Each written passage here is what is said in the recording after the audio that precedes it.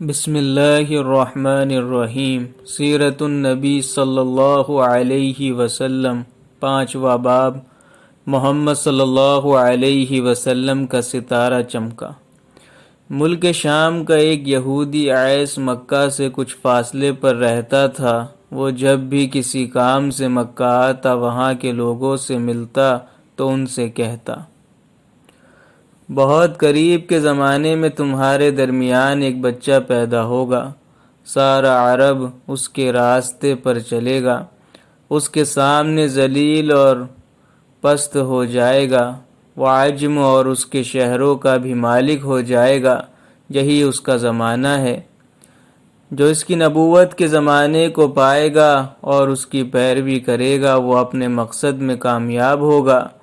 جس خیر اور بھلائی کی وہ امید کرتا ہے، وہ اس کو حاصل ہوگی، اور جو شخص اس کی نبوت کا زمانہ پائے گا مگر اس کی مخالفت کرے گا، وہ اپنے مقصد اور آرزوؤں پر ناکام ہوگا۔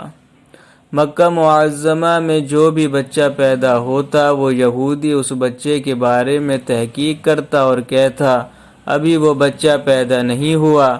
آخر جب نبی کریم صلی اللہ علیہ وسلم اس دنیا میں تشریف لائے تو عبد المطلب اپنے گھر سے نکل کر اس یہودی کے پاس پہنچے۔ اس کی عبادت گاہ کے دروازے پر پہنچ کر انہوں نے آواز دی۔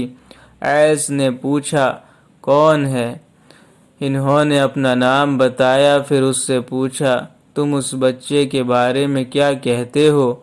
اس نے انہیں دیکھا، پھر بولا، ہاں، تم ہی اس کے باپ ہو سکتے ہو۔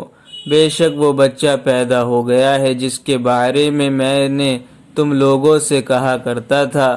وہ ستارہ آج طلوع ہو گیا ہے جو اس بچے کی پیدائش کی علامت ہے، اور اس کی علامت یہ ہے کہ اس وقت اس بچے کو درد ہو رہا ہے۔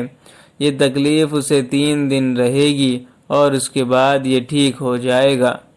راہب نے جو یہ کہا تھا کہ بچہ 3 دن تک تکلیف میں رہے گا، تو اس کی تفصیل یہ ہے کہ آپ نے 3 دن تک دودھ نہیں پیا تھا، اور یہودی نے جو یہ کہا تھا کہ ہاں، آپ ہی اس کے باپ ہو سکتے ہیں، اس سے یہ مراد ہے کہ عربوں میں دادا کو بھی باپ کہہ دیا جاتا ہے۔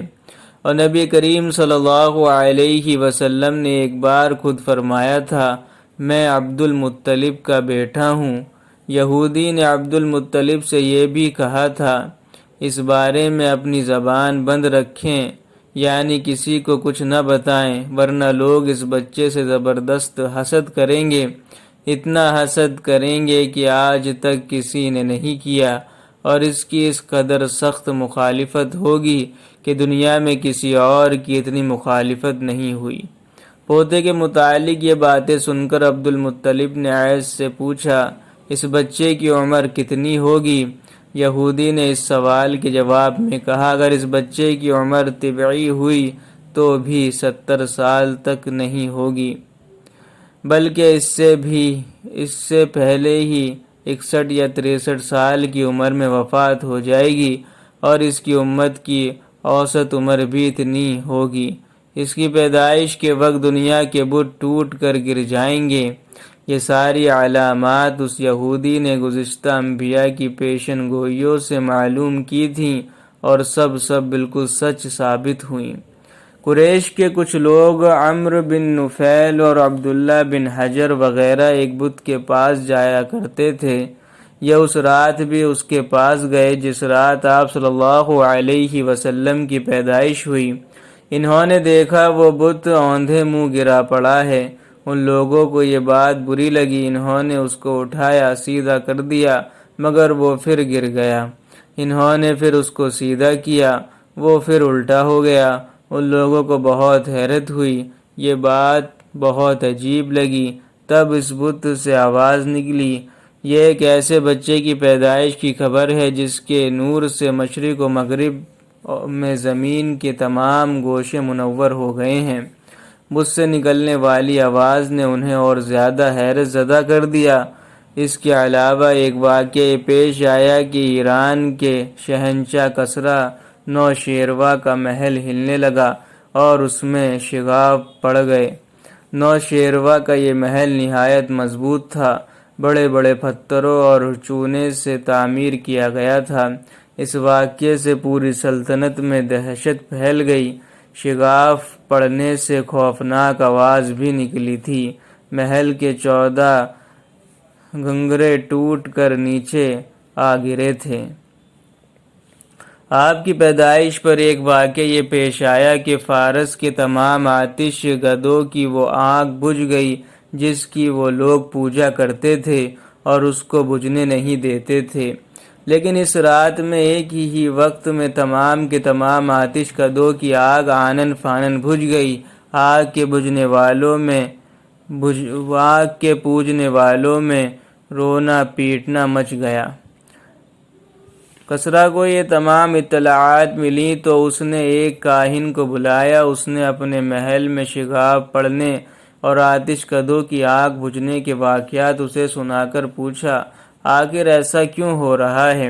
کاہن خود تو جواب نہ دے سکا، تاہم اس نے کہا، ان سوالات کے جوابات میرا ماموں دے سکتا ہے، اس کا نام ستیح ہے۔ نوشیروہ نے کہا، ٹھیک ہے، تم جا کر ان سوالات کے جواب لاؤ۔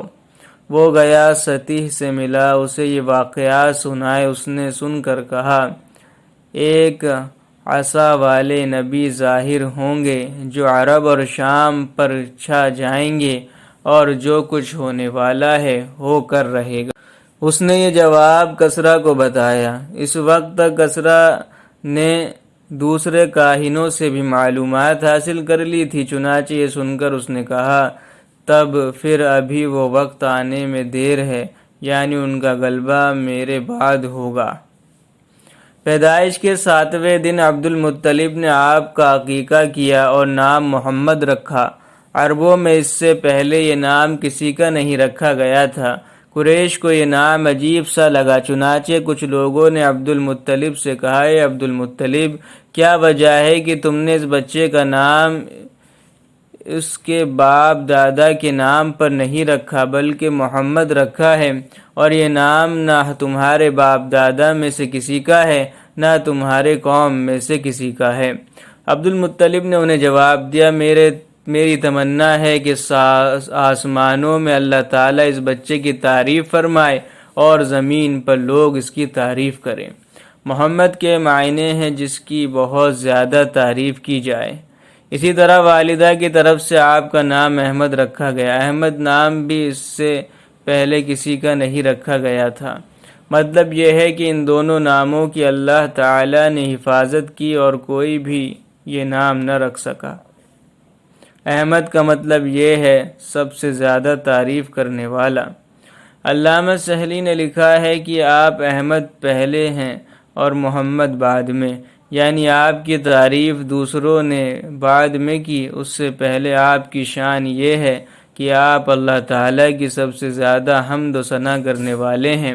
پرانی کتابوں میں آپ کا نام احمد ذکر کیا گیا ہے۔ اپنی والدہ کے بعد آپ نے سب سے پہلے صوبیہ کا دودھ پیا۔ صوبیہ نبی کریم صلی اللہ علیہ وسلم کے چچا ابو لہب کی باندھی تھیں۔ ان کو ابو لہب نے آپ کی پیدائش کی خوشی میں آزاد کر دیا تھا۔ صوبیہ نے آپ صلی اللہ علیہ وسلم کو چند دن تک دودھ پلایا۔ انہی دنوں صوبیہ کی یہاں اپنا بیٹا پیدا ہوا تھا۔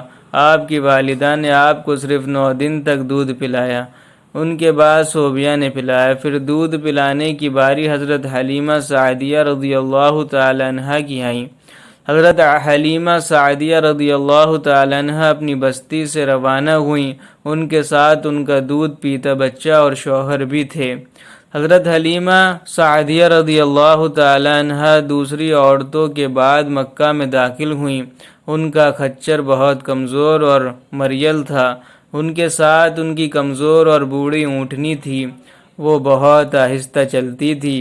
ان کی وجہ سے حلیمہ رضی اللہ تعالی عنہ قافلے سے بہت پیچھے رہ جاتی تھیں۔ اس وقت بھی ایسا ہی ہوا، وہ سب سے آخر میں مکہ میں داخل ہوئیں۔